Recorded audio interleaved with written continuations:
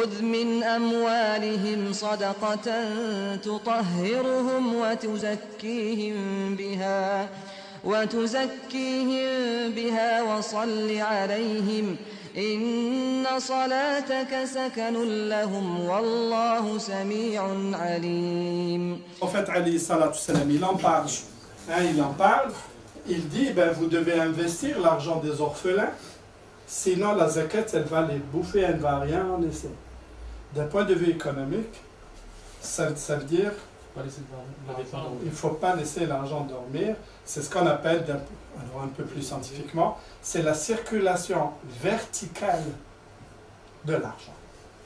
Parce que la zakat, elle va favoriser, donc ça c'est dans les finalités. Vous avez compris ça, les finalités, c'est quoi? Voilà les finalités, c'est l'une des finalités. Donc la zakat, du fait qu'elle diminue, qu'elle fait diminuer le montant des biens qu'on n'a pas investis, elle va pousser les gens plutôt à investir. C'est cette circulation verticale. Et le fait que l'on donne l'argent des riches, parce que le hadith de Mu'adh ibn Jabal, il lui dit, il faut leur apprendre qu'ils doivent donner zakat qui est prise auprès des riches parmi eux et qui est distribuée aux pauvres parmi eux. C'est donc une distribution verticale dans ce cas-là aussi de la zakat. Voilà, si vous voulez un peu plus vous approfondir, le livre il est là. Oui. Et si jamais on épargne pour un projet à venir, si on épargne, c'est la même chose. C'est la même chose. Même si vous épargnez pour vous marier, soit il faut se marier un peu rapidement, soit il faut travailler un peu plus.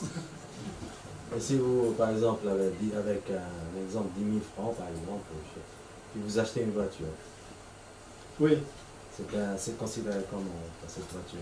Comme un investissement ou comme... Non, ça dépend si vous l'utilisez comme taxi. D'accord? Ça, c'est le deuxième chapitre. Okay. D'accord? Mais si c'est votre bien personnel, la zakat ne touche pas les biens personnels. Ni votre véhicule de vie, ni le véhicule de travail. Ça, on va le voir. Hein? Ni la maison, ni les meubles. D'accord? Ça, on va le voir, Inch'Allah. Donc, résumé. Le cas de l'enfant et l'incapable de discernement, l'avis très très majoritaire, la pratique des compagnons des savants, la pratique des compagnons, et alors bien sûr, Ata, Zuhri, Malik, Ahmed, etc. Tout cela, on doit donner zakat. Même notre mère Aïcha, elle donnait la zakat sur les biens des enfants orphelins qu'elle avait adoptés. Il n'y a que l'imam Abu Hanifa et son école qui dispensent l'enfant et l'incapable. Du coup, le non-musulman vivant ou non dans un pays musulman, il n'est pas concerné par la zakat. Celui qui devient musulman, il n'est pas redevable pour les années précédentes, il devient redevable dès son islam, donc une année après son islam. Voilà globalement. Alors quand est-ce qu'on va prendre l'intention? C'est comme la prière. Quand est-ce que vous allez prendre l'intention pour faire accomplir Salat al-Isha, Salat al-Maghrib? Comment? Donc, juste avant de dire Allahu Akbar, vous allez prendre l'intention. Alors ici, il n'y a pas de Allahu Akbar, bien sûr. Donc, on peut la prendre au moment de donner, ou on prend l'intention que c'est la zakat lorsqu'on va séparer les biens. Voilà, ce bien-là, c'est pour la zakat, celui-là, c'est pour moi. Une question, si par exemple quelqu'un par ignorance dans le passé, il ne peut pas mélanger l'intention, donc il y a une intention de faire une sadaqa, on ne peut pas revenir sur l'intention et dire non, c'était... Alors l'intention, elle est importante là, bien entendu. L'intention, elle est importante si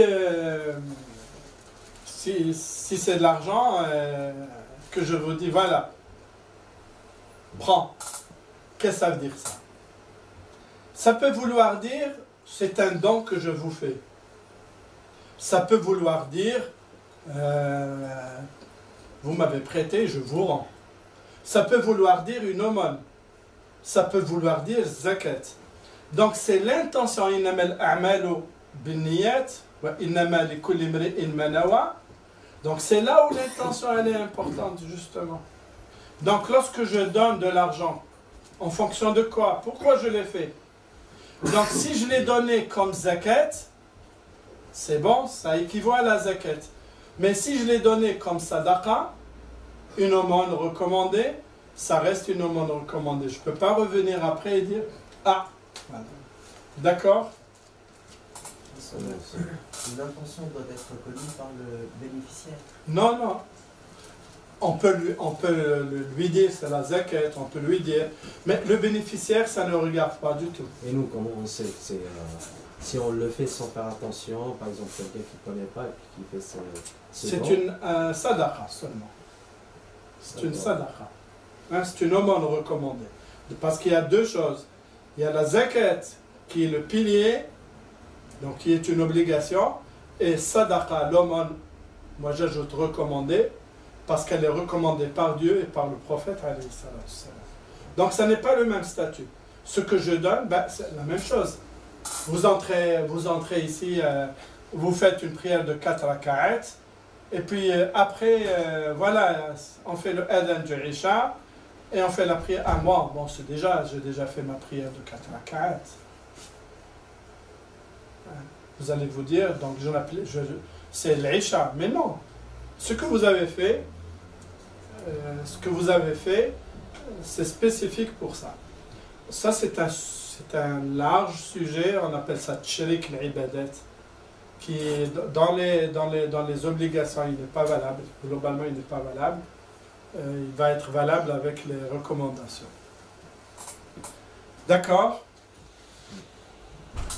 Donc, au moment de donner, ou parfois, selon Abu Hanifa, c'est lorsqu'on sépare l'argent, c'est déjà, on a pris déjà cette intention-là. Tout simplement, lorsque je prends mon argent, je le mets dans ma poche, en allant, ça y est, ce qui est dans ma poche, c'est déjà, j'ai déjà pris l'intention de la zakat. Parce que l'intention niya, globalement, il n'y a pas une obligation de la verbaliser par une parole.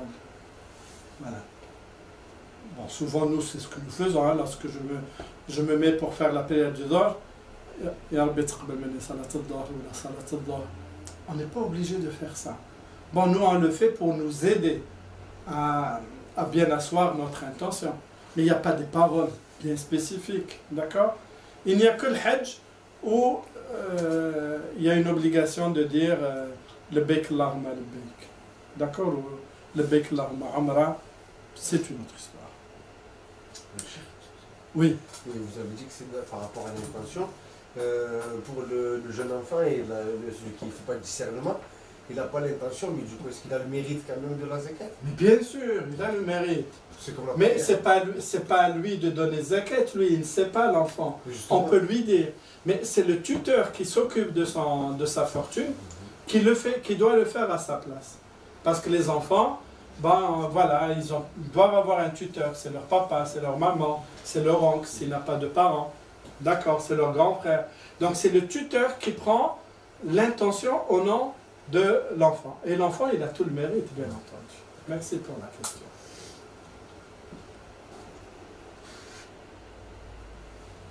Alors, quels sont les biens visés par la zakat? C'est ce schéma-là qui résume quels sont les biens qui sont touchés par la zakat. Il y a 6 critères. D'accord? Donc, jusqu'à cela seulement, on va arriver. Le premier, c'est d'abord les biens publics et les biens privés. Les biens publics ne sont pas concernés. Ce sont les biens privés qui sont concernés par la zakat. C'est-à-dire l'État musulman, je ne parle pas de la Suisse, mais l'État musulman, ben, s'il a des bâtiments, s'il a de l'argent du trésor, hein, tout ça, ça n'est pas concerné. Dans le privé, halal ou haram, c'est le halal qui est concerné. Dans le halal, est-ce que cet argent, est-ce qu'il a un potentiel de croissance ou pas? Et ensuite, est-ce qu'il appartient à l'individu ou pas? Et ensuite, il faut qu'il dépasse le nesab, un excédent, avec la durée. On va expliquer ça pas à pas, Inch'Allah. Le premier critère, donc les biens publics et les biens privés. Ce sont les biens privés qui sont concernés par zakat. Les autres biens, les biens publics, les biens des associations, les biens des waqf ne sont pas concernés. Globalement, il y a des détails quand même. Hein? Voilà.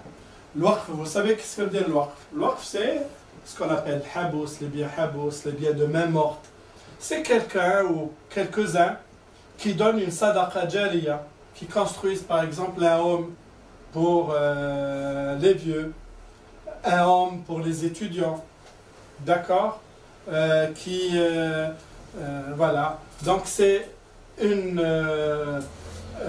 aumône recommandée et qui produit des biens ou qui facilite le bien, d'accord, qui met à disposition. Alors globalement le waqf n'est pas taxé globalement, sauf s'il est au nom de personnes bien déterminées qui génèrent de l'argent. C'est une autre question, cela. Je ne veux pas rentrer dans tous ces détails-là, globalement. Voilà. Donc, les biens de la zakat ne sont pas astreints à la zakat, ne sont pas concernés par la zakat. Les impôts, les taxes, les droits divers, les mosquées, si elles ont de l'argent, les écoles, tout cela, les hôpitaux, les orphelinats, s'ils ont de l'argent, cet argent-là n'est pas concerné par zakat. Les biens détenus par les associations caritatives, par exemple de la zakat pour édifier une mosquée ou une utilité publique, ne sont pas concernés. Le waqf aussi, d'accord? Le waqf, c'est une très belle institution, mais que nous pratiquons actuellement très peu, alors qu'en fait, beaucoup de bonnes choses sont faites avec le waqf, c'est une sadaqa jariya. La question, donc, les biens privés, maintenant, halal ou haram. Attention, le haram, il y a trois niveaux. Deux niveaux, pour nous, fondamentaux. Les biens haram, il n'y a pas de zakat dessus. Donc, si quelqu'un vend du vin ou du porc, hein, voilà, hein, de la bête morte, meita, ben, cet argent-là, il est haram et il n'y a pas de zakat dessus. Qu'est-ce que ça veut dire qu'il n'y a pas de zakat dessus? Ça veut dire que la zakat ne blanchit pas cet argent-là. Voilà ce que ça veut dire. Parce qu'on peut avoir, cette intention-là, bon, c'est du mal haram, mais si je donne un peu de zakat, un peu d'aumône, ça va devenir halal? Jamais de jamais. D'accord? L'argent haram, il est haram. On doit le donner, le redonner, tout simplement. Le bien, il peut être halal, licite, mais les sources d'appropriation sont haram. Source d'appropriation, c'est-à-dire je fais un commerce d'ordinateur, un commerce de tissu, etc., un commerce, là, mais je triche. Hein, je triche. Je vends en mentant, avec du mensonge, etc. Donc tout cela fait avec de fausses factures, voilà. Donc ça, ce sont les moyens qui sont, donc les sources des biens, ce sont les moyens qui sont haram, le bien il est haram aussi. Et là aussi le bien haram, eh bien il n'est pas zakatable. Il n'est pas concerné par le zakat parce que, encore une fois, zakat ou sadaqa, elle ne va pas laver cet argent-là. Oui. Qu'est-ce qu'on peut appeler de l'argent haram? Ici, l'argent haram, c'est quoi? Par exemple, quelqu'un qui vend du vin. Ça, c'est du haram. Quelqu'un qui a une maison hachak de prostitution. Tout ça, c'est de l'argent haram. Donc, il ne va pas dire, voilà, c'est de l'argent, je vais donner de la zakat et ça va devenir halal. Jamais. Il n'y a pas de zakat dessus du tout. Maintenant, si les sources de biens, j'ai une boucherie, hein, j'ai une boucherie et je dis que c'est halal alors que c'est pas halal, ou que la moitié est halal et l'autre moitié, je n'en sais rien, mais bon, je vends. Donc vous voyez là, je trafique, je mens pour m'enrichir, ce sont les moyens qui sont haram, Et donc l'argent lui-même, il est haram, il faut absolument se débarrasser de cet argent en le redonnant à ses ayants droit. De l'argent cash non déclaré, de l'argent black? Non, ça n'est pas ça. L'argent, cet argent, d'où est-ce qu'il vient? C'est ça la question. D'un travail, oui. Non déclaré à l'État. Ça, c'est une autre histoire, non déclarée à l'État. Il reste halal. Il reste halal. Il reste halal et il est concerné par zakat et doit être aussi concerné par les impôts. Je regrette de le dire. Je regrette de le dire, ça ne fait rien. Non, non, parce qu'il y a beaucoup de gens qui disent, bon, moi, les impôts, hein, je ne veux pas payer. Tu ne veux pas payer les impôts? Ne paye pas. Mais il ne faut pas profiter de la route goudronnée. Eh oui, il ne faut pas profiter de la lumière dehors. Ben, il faut vivre ailleurs, dans la forêt, dans la montagne. Non, non, ça ne fait rien. Ça, je réponds à une autre question. Je réponds à une autre question qui n'est pas posée, et c'est exprès. Hein? C'est exprès que je réponds à cette question-là qui n'est pas posée. Vous ne voulez pas payer les impôts, ben, il ne faut pas profiter des impôts. N'envoyez pas vos enfants à l'école publique gratuite. Il faut les envoyer à l'école payante. Et ainsi de suite. Voilà, oui. Si par exemple, voilà, on est dans on pratique un métier aujourd'hui où on génère des revenus, par exemple, qui peuvent être importants, qu'on crée des structures pour pouvoir optimiser et payer le moins d'impôts, mais qu'on paye je veux dire qu'on ne triche pas avec la zakat, qu'on paye des zakats conséquentes. Là, on n'est pas considéré comme de l'argent qui serait... Non, ça, c'est pas de l'argent haram. L'argent haram, c'est ici et là. Quand on voit les enfants à l'école privée, disons, par exemple. Ça, c'est votre problème. Ouais. Et si la personne... bien sûr, parce que le langage moderne, il nous apprend à tricher avec nous-mêmes. Hein? Donc, c'est pas nous. Ça, c'est les grandes sociétés qui le font. Exactement. Ça, c'est les grandes sociétés. Hein? Google, ces fameux GAFA, d'accord? Ces fameux GAFA-là, hein? Ben, elles ne veulent pas payer d'impôts dans les pays où elles sont. Vous allez trouver de grandes entreprises internationales, ben c'est ça la puissance impérialiste, de grandes entreprises internationales qui payent très peu d'impôts.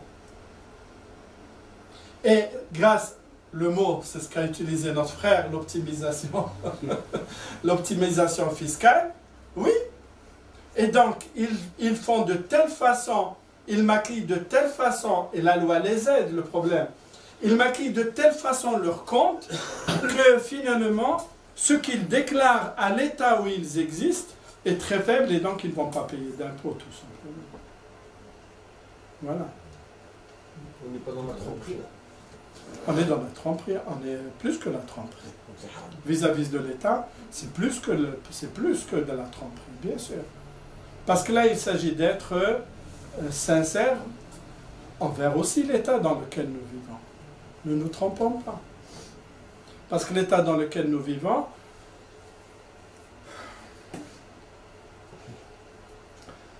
l'un des grands problèmes, c'est ce qu'on appelle shahadat al-zour. Shahadat al-zour, c'est l'attestation mensongère. C'est les propos mensongers. Les propos mensongers, l'attestation mensongère, je regrette de le dire, mais il faut le dire aussi, il faut crever l'abcès. C'est le fait, voilà, j'ai pas de permis de conduire, et je fais avec l'autre, là le bonhomme, je lui donne 1000 francs, et il me refile un permis de conduire que je fais valider. Ou un passeport que je fais valider. D'accord? Et ça aussi, donc là aussi pour tromper les impôts, eh ben, je fais aussi de shahadat zour. Shahadat zour, le prophète dans un hadith, il était assis un peu sur le côté et il était en train de leur dire, voilà, parmi les grands péchés capitaux, telle chose, et ensuite il se relève, son visage devient rouge, Ala wa shahadat az-zur, ala wa shahadat az-zur, ala wa shahadat az-zur. Et il a tellement répété ça 2 fois que le compagnon qui nous rapporte le hadith, il dit, on aurait aimé que le prophète s'arrête. Tellement C'est important, Shahadat Zor. Je vous dis, il y en a beaucoup qui sont dedans complètement dans Shahadat Zor. Bien sûr, Shahadat Zor haram. C'est le fait de prendre les biens d'autrui. Il y a la troisième chose que nous ne développons pas ici.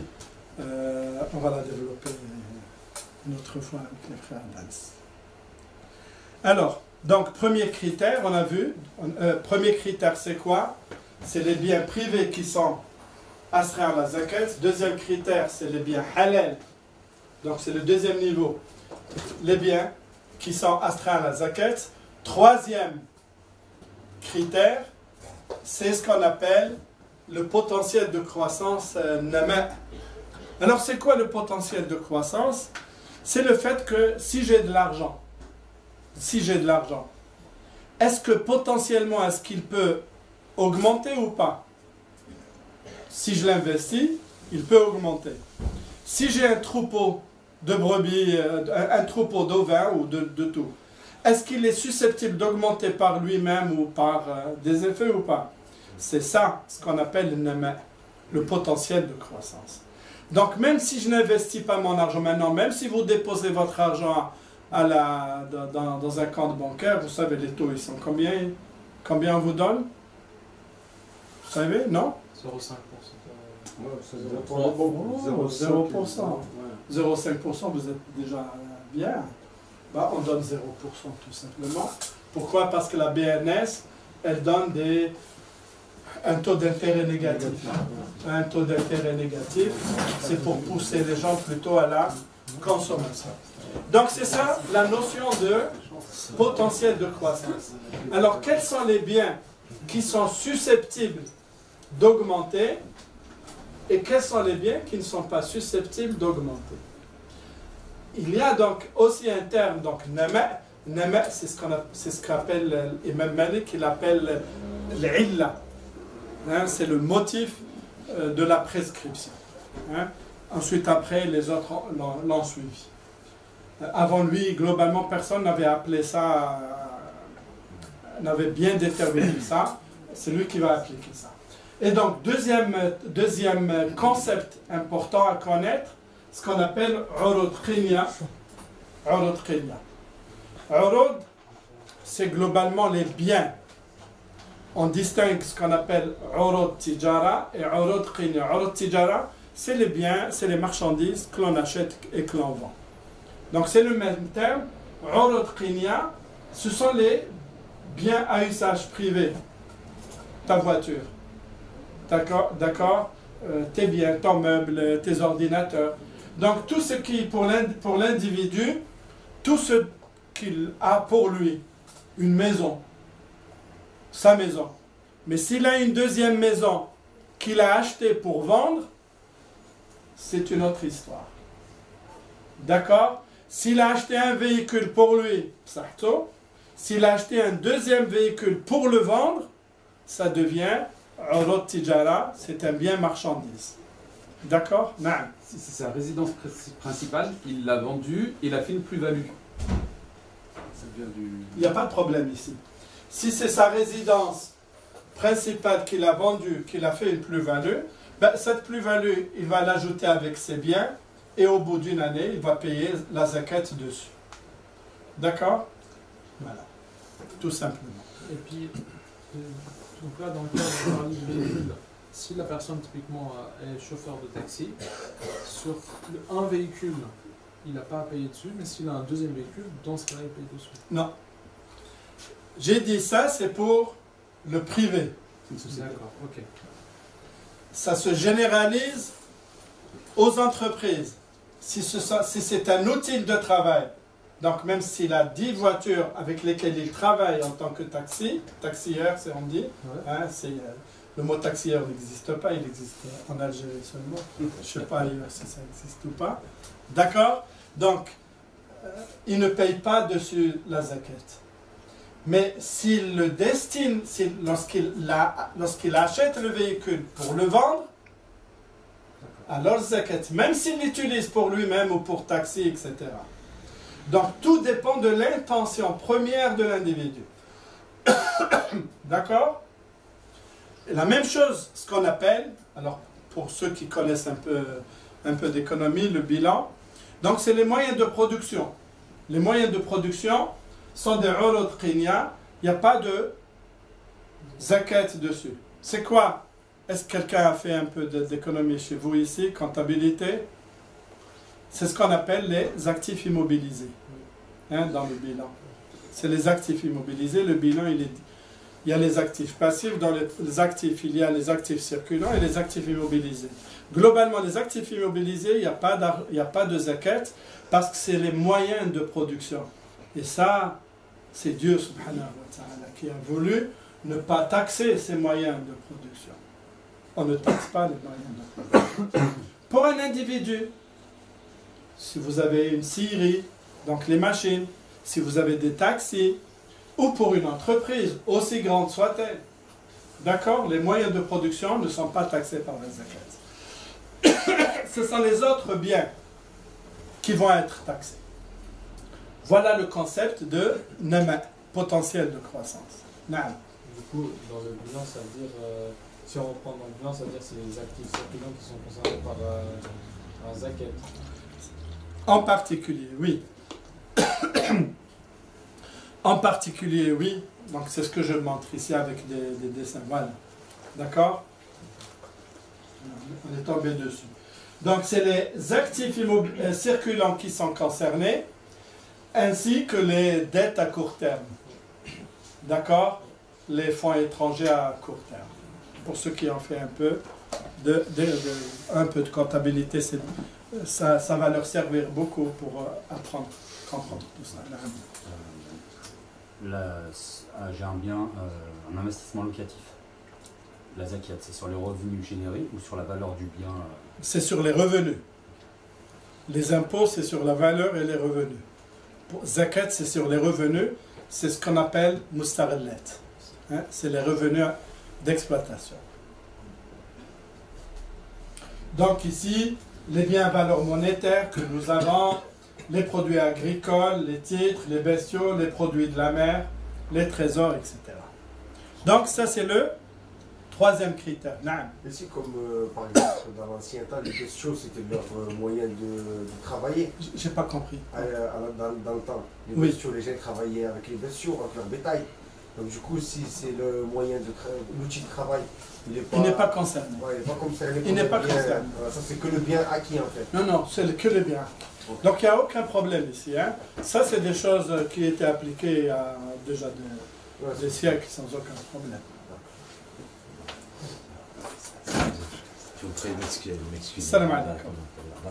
Tabarakallah. C'était ça. Oui. Vous avez une chaîne YouTube. Hein? J'ai pas entendu. Non, j'ai pas de chaîne. C'est 100% Mais ça, c'est sur le centre islamique. Là, c'est un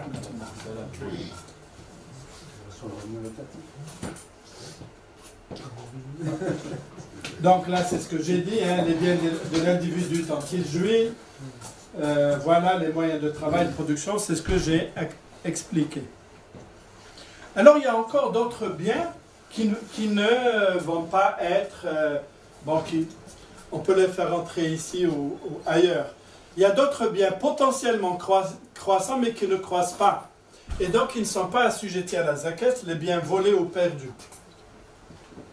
D'accord? Et aussi les produits invendus. Je me rappelle du frère de Padansi, je crois de Grenoble. Il est mort là, Daoud. Tu connais? Frère Daoud qui avait une boutique d'opticien qui m'avait posé la question, ça fait un bon bout de temps. Là, voilà, donc les produits qui sont invendus, cette année-là, il n'y a pas de zakat dessus. Hein? Selon l'avis le plus général, celui d'Imam Malik. Quatrième critère, c'est l'appartenance. L'appartenance, ça veut dire que le bien, il t'appartient et tu peux en jouir, comme le donner, comme le vendre. Donc, le mulk tsem, on appelle ça le mulk tsem en anglais. Le concept de la zakat, c'est le mulk tsem. Donc, parfois, le bien, mulk naqis, c'est-à-dire, ça t'appartient, mais tu ne peux pas en profiter. Alors, il y a des exemples ici en Suisse. L'AVS, c'est votre bien, ce que vous avez cotisé ou pas? C'est vos biens. Et le deuxième pilier, c'est vos biens, la LPP. Eh bien, est-ce que vous devez calculer, donner zakat dessus ou pas? La garantie de loyer. Vous avez des garanties de loyer à donner ici, non? Parfois, oui. Ouais. En général, en Suisse, il y a toujours une garantie à donner. Pas toujours. Bon, maintenant, il y a des procédés comme Suisse Caution ou autre. Oui, mais bon, Suisse Caution, vous allez vous payer Suisse Caution. Oh, bien Oui, sûr. bien sûr. Mais voilà. Donc, la garantie de loyer, la LPP, c'est votre argent à vous, mais vous ne pouvez pas en disposer. Donc, tant que vous ne pouvez pas en disposer, ça n'est pas concerné par le zakat. Voilà. Oui. Quand on touche par exemple l'AVS, là ça devrait concerner par zakat. Alors, maintenant, lorsque vous allez toucher l'AVS ou la LPP, lorsque vous allez être traité comme moi je le suis, d'accord, moi je reçois mon AVS et je reçois aussi la LPP, à ce moment-là, ça va dépendre de vos biens. Vous allez ajouter d'une certaine façon, c'est l'excédent, on va y arriver, Inch'Allah, vous allez ajouter cela à vos biens et vous faites le calcul. Alors, parmi les biens qui vous appartiennent, mais c'est une appartenance diminuée, les biens que vous avez gagés, les biens perdus, qu'on a cités tout à l'heure, voilà, les garanties, les créances perdues. Vous avez prêté à quelqu'un et le bonhomme, ça y est, il a disparu dans la nature. Est-ce que ce que vous lui avez prêté, est-ce qu'on va en tenir compte ou pas? Non. D'accord? Donc les créances perdues, les créances douteuses. Donc tout ça ne sont pas concernés par la zakat. Qu'est-ce qui reste de bien concernés par la zakat? D'accord? Alors tout ça, c'est ce que... Voilà. Donc ce qui n'est pas assujetti à la zakat, les biens volés sans espoir de les retrouver, les biens gagés chez autrui ou perdus, les bêtes égarées et disparues, les biens pris par la force par un gouvernant. Donc c'est vos biens mais qui ont été pris, donc la zakat, il n'y a pas dessus. Les créances sur des tiers, les biens achetés non encore reçus. Alors ça aussi c'est important à connaître. D'accord? Et bon, les avoirs de retraite, c'est ce qu'on a dit. Alors, en étendant un peu plus la réponse par rapport à ce que notre frère a la question posée. Maintenant, lorsqu'on reçoit cet argent-là, regardez, vous avez perdu de l'argent, vous avez prêté pendant des années, cet argent-là n'est pas revenu. Et puis le bonhomme, voilà, il s'est souvenu de vous, ou bien il a retrouvé de l'argent et il vous donne cet argent-là. Est-ce que vous allez donner zakat pour toutes les années précédentes ou pour une année et comment? Globalement, il y a des savants comme Cheikh Al-Uthaymin et d'autres, ils disent il faut donner la zakat pour toutes les années précédentes.